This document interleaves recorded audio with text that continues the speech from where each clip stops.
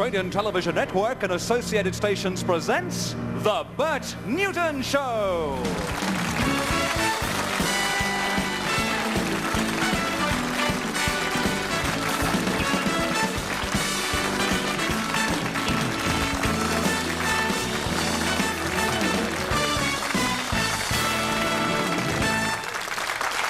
Hello, good afternoon to you and welcome to the show. It's darn good to have your company.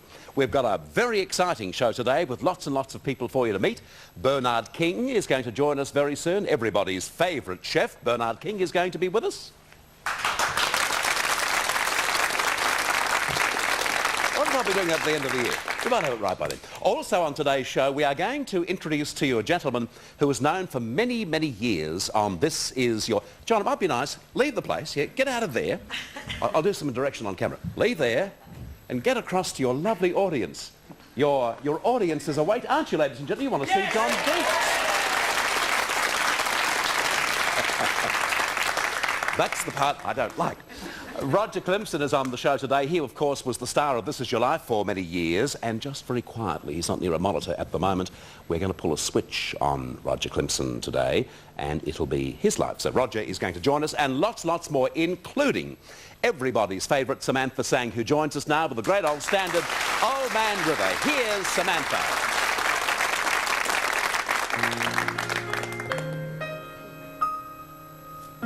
You keep going your way, I'll keep going my way.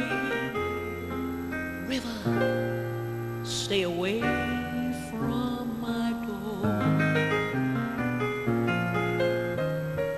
You don't need a cabin, I don't need a cabin. Well, river, stay away from my door.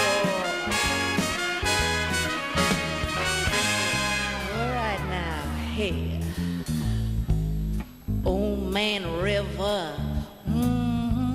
old man river, he must know something, but he don't say nothing. He just keeps a-rolling, yeah, keeps on rolling along.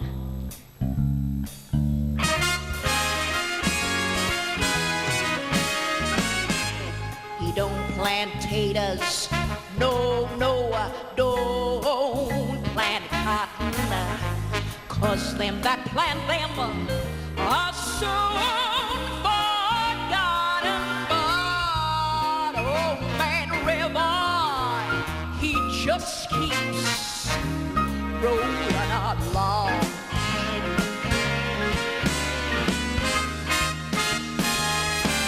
Well, you and me, hey, we sweat straight, but he's all they can wear, rack with pain. Hold that barge, you gotta lift that bed.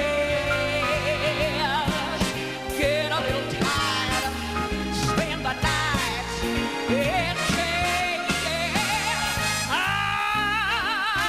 get so weary, sick of trying, tired of living, and I'm scared of dying. But old man River, he just keeps rolling along.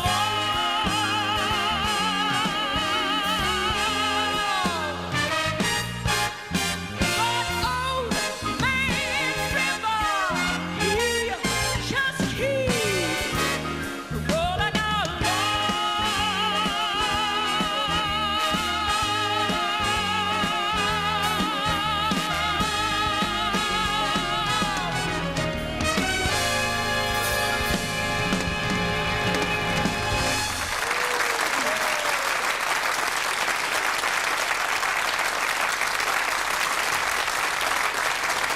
Samantha Sang then. Wasn't I seen on camera? Did you take me on camera? Oh, what a pity, what a pity, what a pity. But wasn't it great to see you, Samantha? Everything okay there, my love? Yes, darling, yes. Good on you. Great to see you on the show, and love, as always, to your mum and dad. Samantha Sang. I can't believe it. Didn't follow me over. Oh, I don't really believe it. I want to smile. I want to be happy. So here's Bernard King.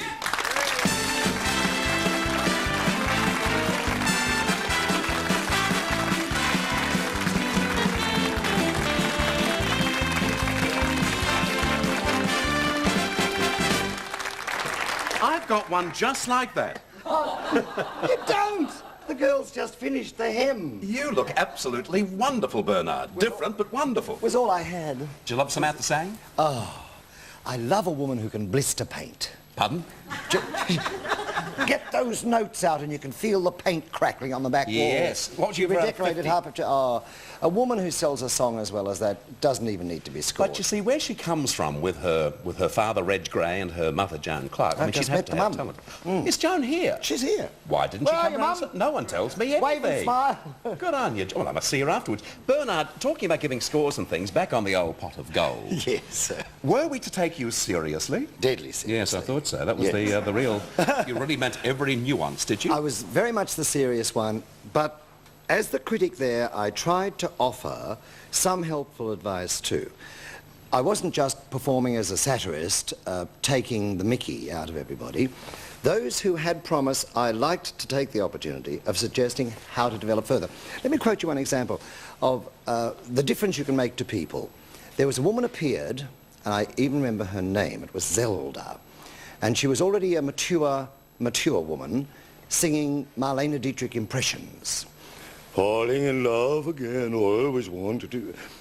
Now do it like Marlena. And I had to say to her, I don't think the world is ready for an older than Marlena, who does only Marlena impressions. I can just hear you say it, Bernard. But I pointed out, I said, you're a very good-looking woman, and grey-haired people are in like demand. George Burns. Yes. I said, the mature people are in demand as extras in the movie area. Yeah. She has made nothing less than $26,000 a year since, being a mother in the background, in a rocking chair. She even played in television commercials. She was in The Man from Snowy River, 6 weeks on the location filming. That's terrific, isn't it? Does she ever write back to you and thank you? Oh, indeed, yes. You're her agent, of course, aren't you? No, I didn't ever do any of that. But it's delightful to know that you touch somebody with pleasure and with joy and provided them with another attitude. She might have been a party piece woman all her life. Sure. Oh, God, here she comes again. Here she goes. She does Marlene Dietrich impressions. So it wasn't all bad news for them? Some good news for a lot of people. Karen O'Neill, a gorgeous young Australian talented woman, has now taken my final piece of advice and married an extreme amount of money. And That was the ultimate advice, was it? Always marry money. For those, and frequently. For those artists watching the show today who went through the period of Pot of Gold with Bernard King, and they wanted to get something back at Bernard, perhaps I have it here. Here is a younger Bernard King I would like you to see. Would you have a look at that? Also, too, I might mention to you, he's a man of very simple tastes. This is Bernard in his back garden. Would you mind? Oh, that's a different story. Yes. Oh, actually, that was longer, wasn't it? That was a much wider shot when I originally saw it because it showed the... I mean, how big is your backyard? It's half a mountainside, and Is it really?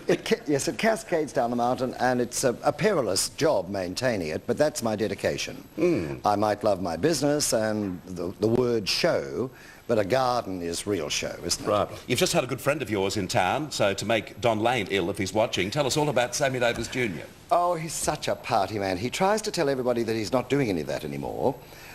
I think he stops at about 9:30 in the morning until about 2 in the afternoon, then he starts again. Where was that taken, Bernard? That was... You were underdressed that night? Yes, that's all I had to do. That was in one of my homes. I forget which home that was. That's you on the right, of course, isn't it? Yes. Yeah. Sammy didn't have a hat. So tell us about Sammy. What sort of a man is he? Oh, he's just the most wonderful, mad, marvellous party man. He adores the trivia of our business. Trivial pursuits are his favourite thing, and he challenges you. Who was the fourth support in this film? The stars were, he'll remind you of the story, and you sit there thinking, oh, God, did I ever see the film? You know, but those challenges he loves, but he's dedicated to the business, and he's absolutely fascinated with Australia. He has come to know a lot of Australians. Jack Thompson is one of his favourite people because Jack is so identifiably, genuinely solid Australian. And even at dinner the other night, Jack had some a folio album of pictures of things that he's doing. And Sammy sat and studied all this. Totally interested in it. He's always good fun to be with, actually, Jack Thompson, isn't he? Because, Yes. I mean, he's always got a spare partner there. Yes, it takes two to make one sometimes. Exactly. Some of them have been so drab, the poor man. He dragged two females to a party of mine one night, and I said, oh, God, who are those poor decadent creatures in the background? He said, they're my current wives. I said, I know why you need two. That's lovely. Bernard, what about your history in show business? A lot of people don't realise just how big you were in Queensland before you went national. You did a lot of theatre and a lot of television there. Yes, theatre has always been the first dedication, and theatre is difficult to promote to people because it's such a small audience all the way, building to large audience, but small television gives you that marvellous panoramic scope. But I have done lots and lots of theatre. In those sincere early days, I decided I wanted to be a Shakespearean actor. Of course, every Australian did. I wanted to understudy Sir John Gielgud and everything, and I was going to specialise in clowns, in Shakespeare.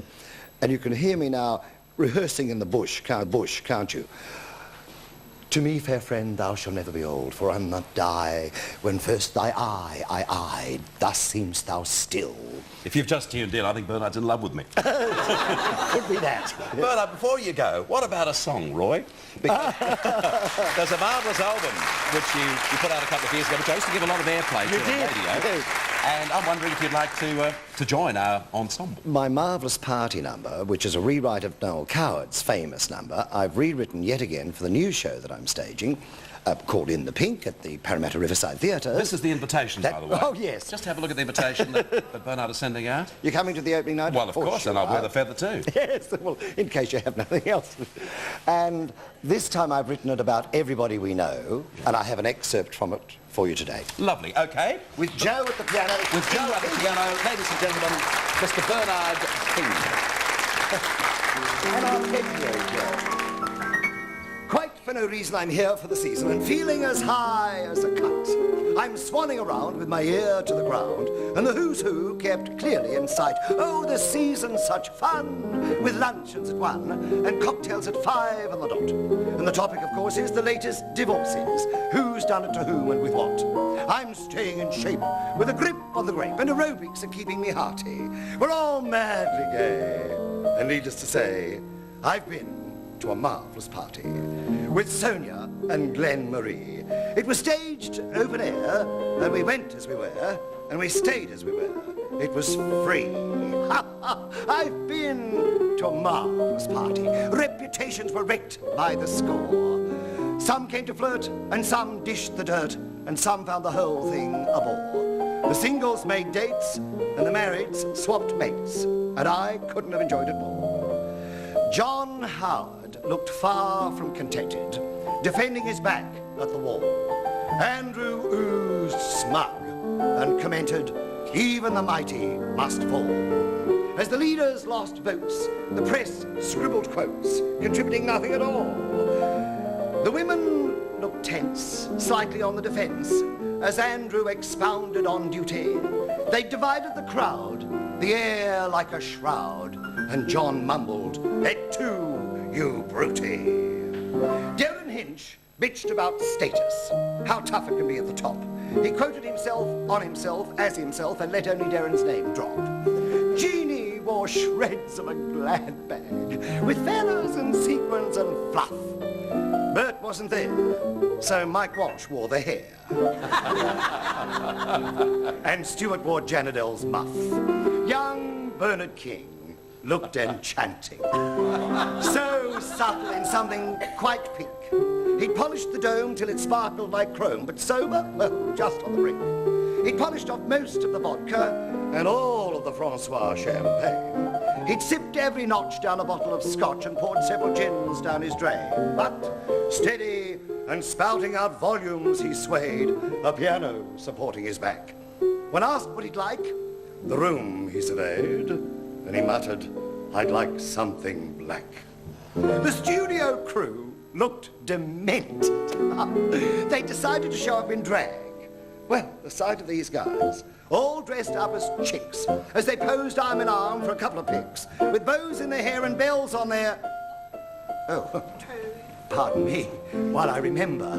The ding-dongs rang out, I recall. They dangled a bell on each member, and I know every bell had a ball.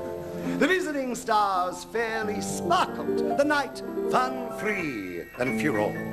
We all ended up in a game on the floor, where Paddy scored 1, Lily and Frank scored 4. Then Bert flashed his and topped the score, and I couldn't have enjoyed it more.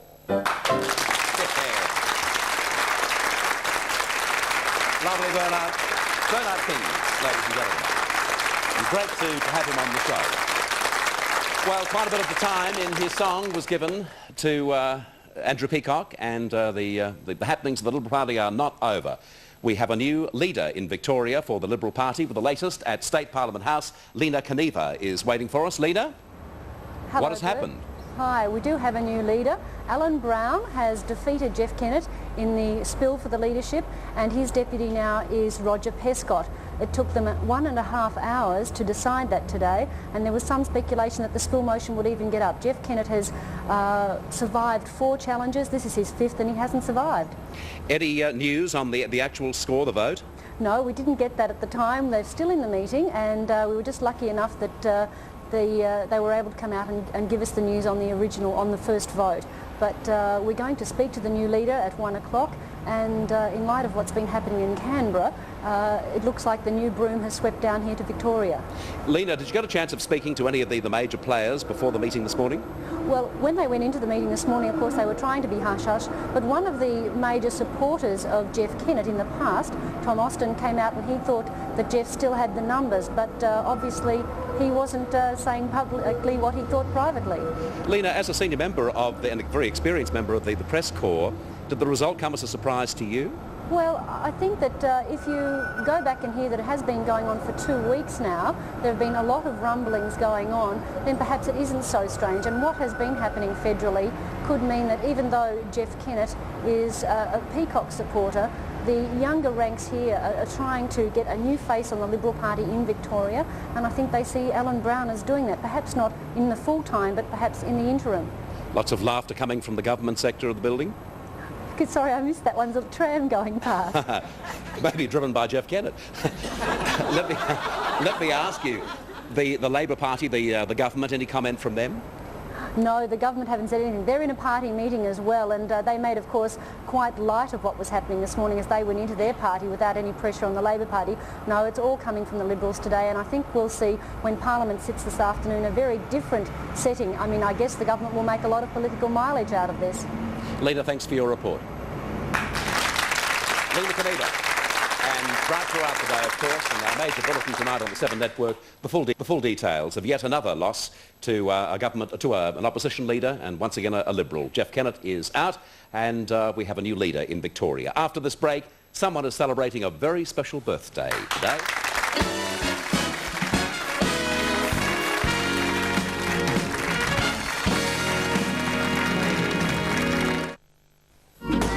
To my nightmare. 8:30 Wednesday, it's Fast Forward. They're watching us again, see? The show everyone wants to be on. That feels real good, John. More than a barrel of laughs. Have you had sex with anyone except yourself for the past 18 months? Better than the real thing. Tasteless, to put it mildly. Splat! It's got the critics raving. I'm as mad as hell and I'm not gonna take it anymore! 8:30 Wednesday, Fast Forward. Thank you, Australia. Welcome back. The birth of Australia's first IVF surrogate baby was one of the most illuminating and heartwarming stories last year in 1988.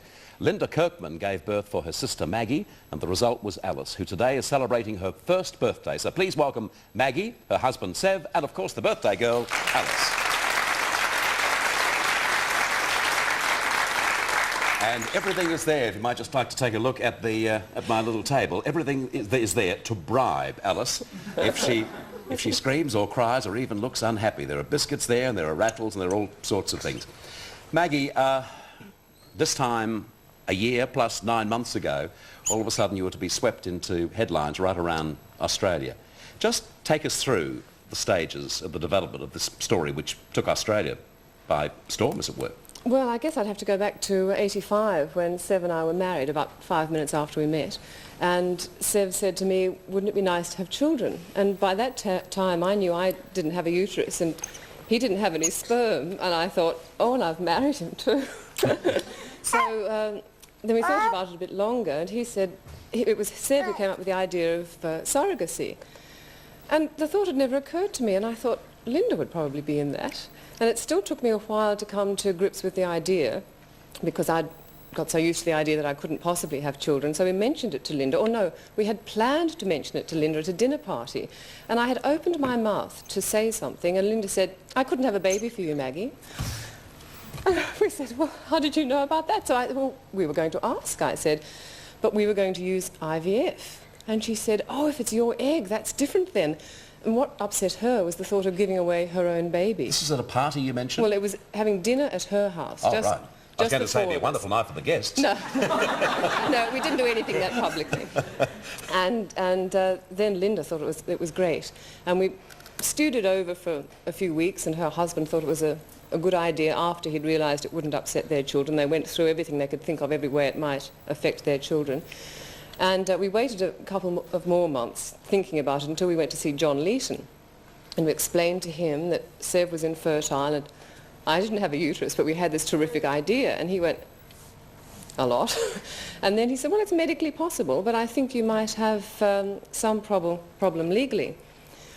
So then we had to start going through various committees, and we had a few rejections, but I wrote to the Solicitor General, who said that it wasn't illegal as far as he knew, and I'll just give one of the bribes over here. Beautifully done. And he gave us his opinion that it was possible to do that, and we wrote to the Minister for Health, who wrote us back wishing us luck. We thought, well, we're fine. So in, must have been September of 87, I had an operation to remove eggs from me, and then they were fertilised with sperm from a donor.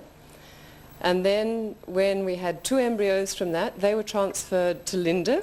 It was a bit complicated there for a while. I'm with you. And one of them developed, and tra-la. It's her birthday today. It was a bit more complicated than that because Linda unfortunately had some complications with her pregnancy.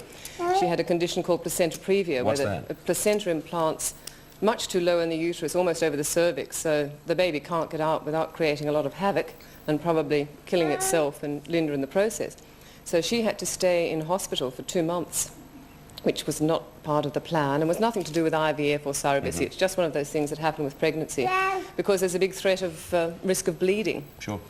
And so I would go in there early in the morning and go home again late at night. Oh, she overcame that, She overcame that, and Alice was born a month prematurely. Sev, what made you decide to go public on this? We would have liked to be private, of course. Someone blew the gaff on us, and we were warned one Monday night that the Sun was going to come out with it front page first thing the next morning. The only thing you can do then is to say, right, we want to tell the story, if it's going to come out, in our own way, fully, so we gave the media 48 hours unrestricted access. And that was exhausting, but also great fun, and we hope it's helped a number of other people. As is always the case, there'll be people who'll take a moral standpoint for you. But before you decided to go ahead with the program, did you have to do very much thinking about it from a moral point of view? We had to go through all the things which could go wrong, and there are a lot of things which go wrong in an ordinary pregnancy. There's more where you have babies having to be handed over from one sister to another, a whole lot of medical problems, even some legal problems. We went right up to the State Ministry to find out that it was entirely legal and we could do it, and yes, we had their blessing. And the Pollies were really tremendous over giving us support. As far as I was just going to answer the moral question a bit more, because obviously we had to think about whether it was morally wrong, and there were several aspects of this. One was, I think the primary one, were we doing a disservice to Alice? Was it immoral to bring her into the world in such an unusual way? And in those terms we decided that in fact she was probably going to be a very lucky baby, wanted by her whole family, and it wasn't as though she was being given birth to by a stranger. It was her aunt, whom she would know from the moment she was born and keep on knowing. When will you tell her the truth? Well, I think it will just be something that she knows from the beginning. Will evolve. Yes. We've got photographs up of the four of us, Linda and her husband and Sev and me, with Alice. And we will start when she's old enough to know what these are and say, well, this... So it'll be perfectly natural to her. Yes, I think so. Well, it's a very important birthday, not only for Alice, but also, of course, for you and for us too. And this is for Alice. Oh, that's wonderful. Thank you. This is Minnie.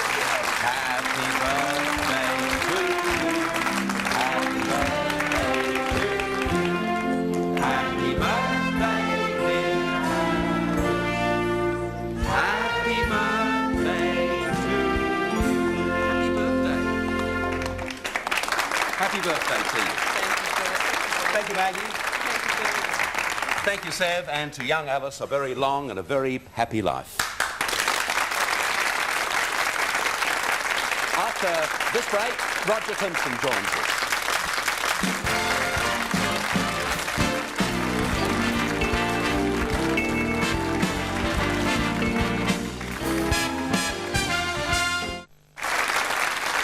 Welcome back. The one thing I didn't mention in talking to Maggie and Sev, by the way, which is Sev is short for Severn, S-E-V-E-R-N, and of course little Alice is the book, My Sister's Child.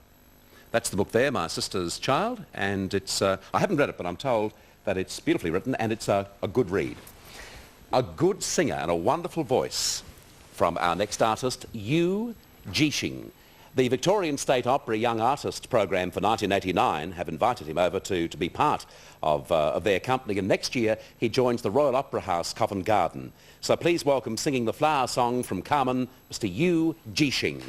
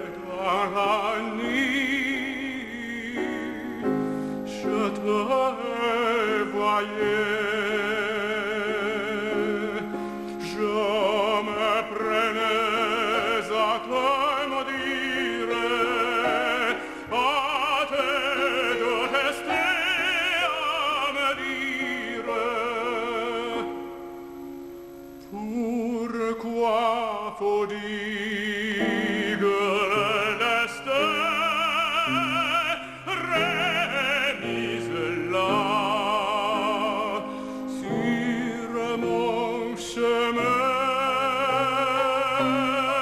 oui.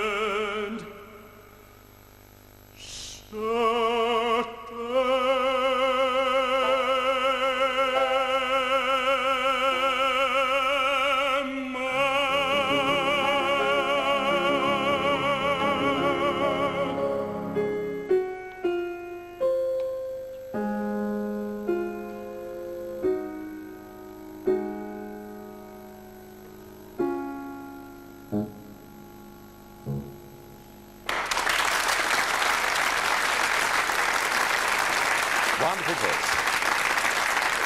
Eugetians, then. Welcome to Australia and good luck, especially at the Royal Covent Garden.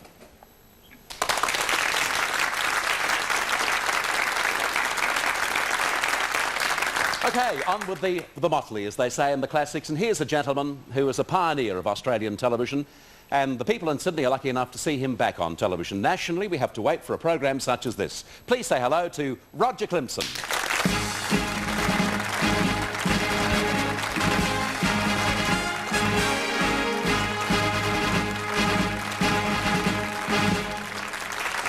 Well, as I say, I mean, people in Sydney have the opportunity of seeing you, but we haven't really seen you nationally, apart from those commercials which make you a fortune. Since this is your life. Can I just first of all apologise for my gear? I'm sorry about this, Bert, but Bernard King refused to lend me his. I must say that you look excellent. Of course, you're always known as a gentleman of sartorial elegance. Thank you, sir. You're my agent now, are you? Well, I tell you what, the way you're going, the news is going very well. I wouldn't mind being your agent. I actually today not only represent your millions of fans throughout Australia, I represent a couple of hundred people who have been surprised by you over the years in This Is Your Life. It happened to me back in 1978, and Roger, I thought it might be fun today to declare Roger Clemson, this is your life. You are kidding. You'll be pleased to know, Roger. Is my wife responsible for this? Well, I'm not. Well, everyone's responsible for this, and I might mention, we won't put you through too much pain, it's only one paragraph. No, it's not. No, it's not indeed.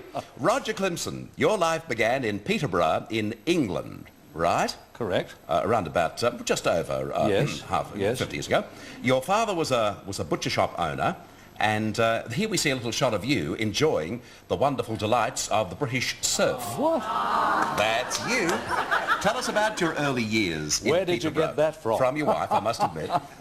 Well, oh dear, the early years in England. Yes, well, that particular shot that you had there, I think I was about 4.5 at the time. And my father, as you say, was a butcher, and he owned butchery shops in Peterborough. And once a year, we used to go on a charabang trip with all the other butchers who were part of my father's business to Hunstanton, where that was taken with me trying to catch shrimps or something, I suppose. Right. You came to Australia first time in 1949, and this is a shot of you with one of your prized possessions that you had to leave behind. But then you, after coming here in 1949, you went home again very rapidly. What was the reason? Well, basically because, like happens with so many people from England, the first time round, they just couldn't make the alteration or the change, my parents. And after 6 months, it just didn't seem to be working out. So they decided to go home, and I said I would go with them on the condition that I could become an actor. And they all fell on the floor and screamed with laughter at that, of course, you can imagine.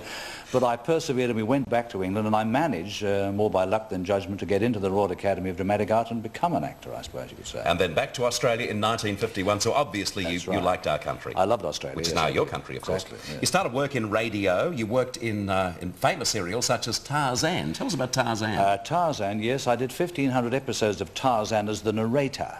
And as the narrator, I had the pleasure of screaming out the title, which went something like,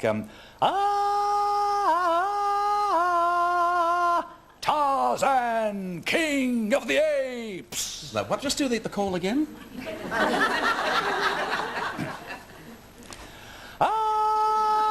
I can't remember. As a matter of fact, I've got to tell you now that Actually, Roger was rehearsing that in his dressing room this morning and Bernard King rushed in. Roger, apart from Tarzan and various other radio serials, you also did a lot of theatre, including The Witch with Rod Taylor. That's right, yes, I did. Well, there's a shot from it. Where else did all these things come from?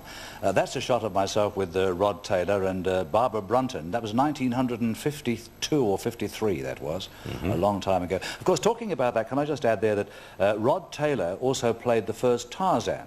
That's right. The second one was Bud Tingwell, and the third was Ray Barrett, and all three of those fellas did particularly well overseas, you may remember. Exactly. Yes. OK, well, after 1956, of course, the big medium in Australia was television, and you took to it like a duck to water, and you and Brian Henderson read news in the early days. You also compared Miss Australia, and then you took over This Is Your Life from Digby Wolfe in 1977.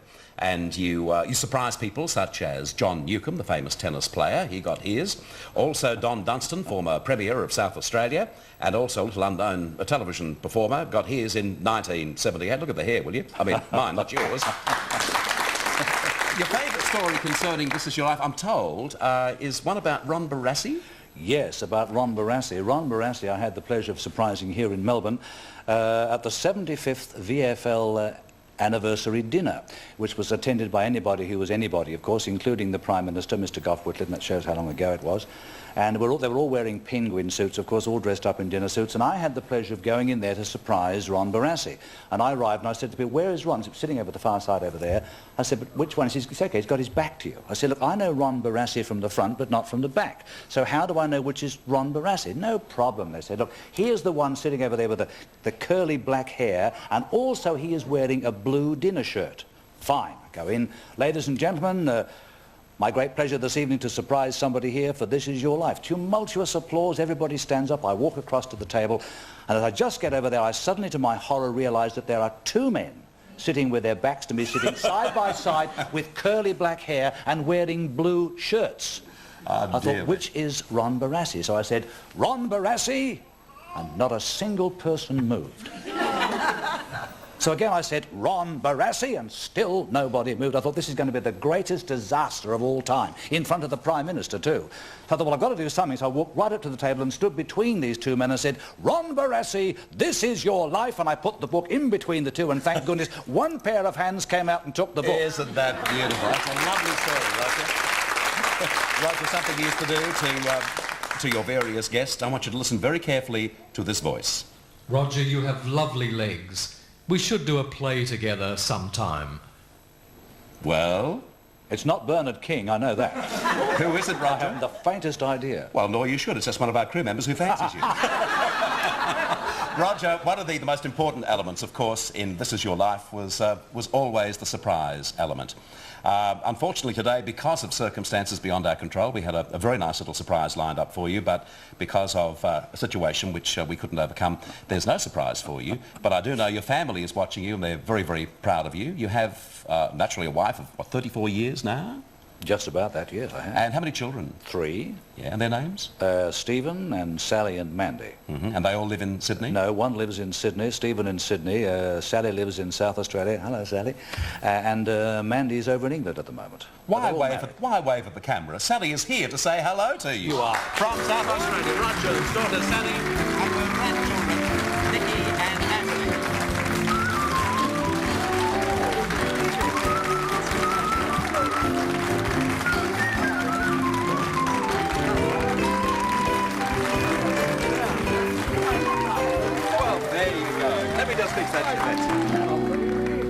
Sally, welcome. I guess living in South Australia, of course, Dad is ensconced very heavily now into news reading on Channel 7. You wouldn't see much of your Dad. We don't, but when we do, it's very special. Always very special. Now, this is Nikki Ann, am I right there? And this is Anthony. Anthony. Oh, that's wonderful. Your dad, when you were a little kid, was he a good dad? I realise how busy he was with radio and television. He was a wonderful dad, Bert.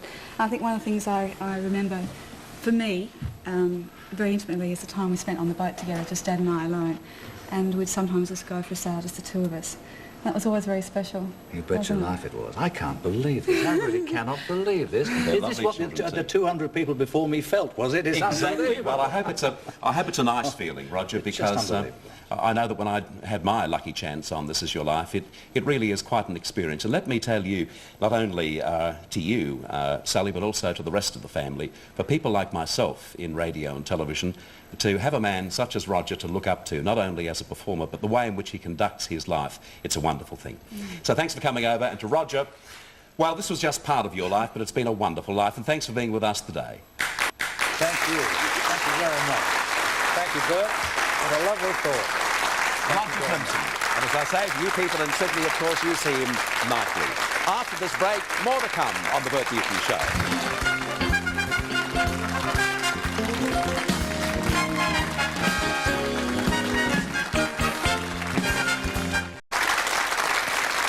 Welcome back. It was nice to get Roger then, and he was gotten, by the way, fully and completely. Bob Valentine joins us on the show today. Bob has worked with the Paul McKay sound. He's currently working with Sweethearts and also the Peter Sullivan Big Band. He does a lot of jingle work too. Some of the jingles that he's done, well, he's done the Magic Is Back with Bert, if you've seen that and heard that on the 7 Network. He did that for us, and also he does I think it's not the aeroplane, one of the very big biscuit commercials. He's a great singer, and he'll be with us in just a few moments' time. I thought you might like to see something. The This Is Your Life book that I used today, this really is going through a family. Oh, he's here now, is he? Oh, what a pity. I was going to show you all my pictures anyway. I don't care what you say. These are some of the shots that were taken on This Is Your Life. There's me with Roger and Eric Pearce. And there's me again with Matthew and Don Lane and Roger. Roger popped into all the shots.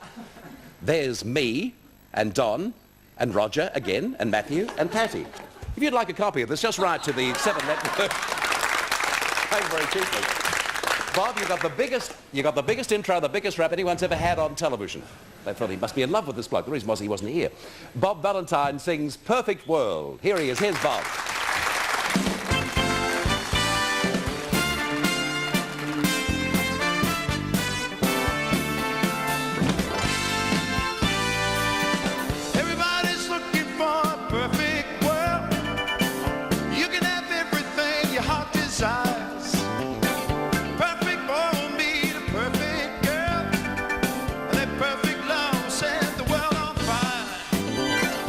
What you gonna do when one and one makes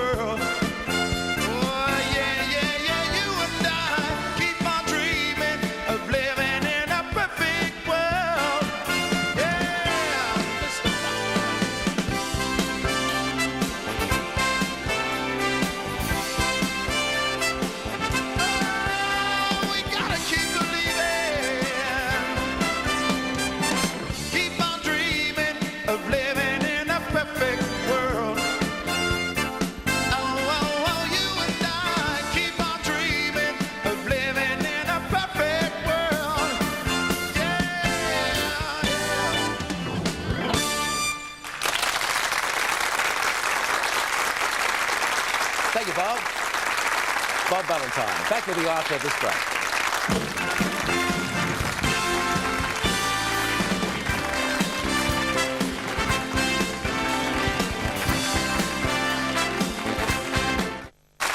Okay, that's our show for today. It's been a pleasure being with you. Tomorrow's guests include my old mate Terry Donovan, and Colleen Hewitt is going to be here and not only talk to us, but she's going to sing Wind Beneath My Wings. We'll see you tomorrow at 12 o'clock. Thanks for your company. Goodbye, and God bless you.